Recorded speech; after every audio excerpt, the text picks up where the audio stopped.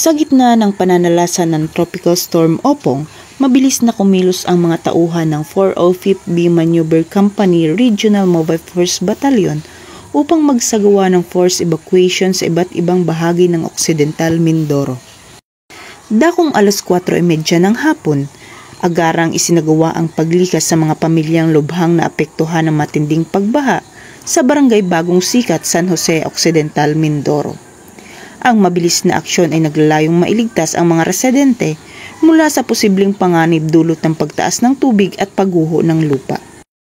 Samantala, bandang alas 6:20 ng gabi, matapos sumupa ang malalakas na ulan at hangin, agad namang nagsagawa ng clearing operations ang grupo ng 405th B Maneuver Company. Isinagawa ang operasyon sa Sitio Busuran, Barangay Poblasyon, Sablayan, kung saan tinanggal ang mga nabubuwal na puno at nagkalat na mga sanga na humaharang sa mga pangunahing kalsada.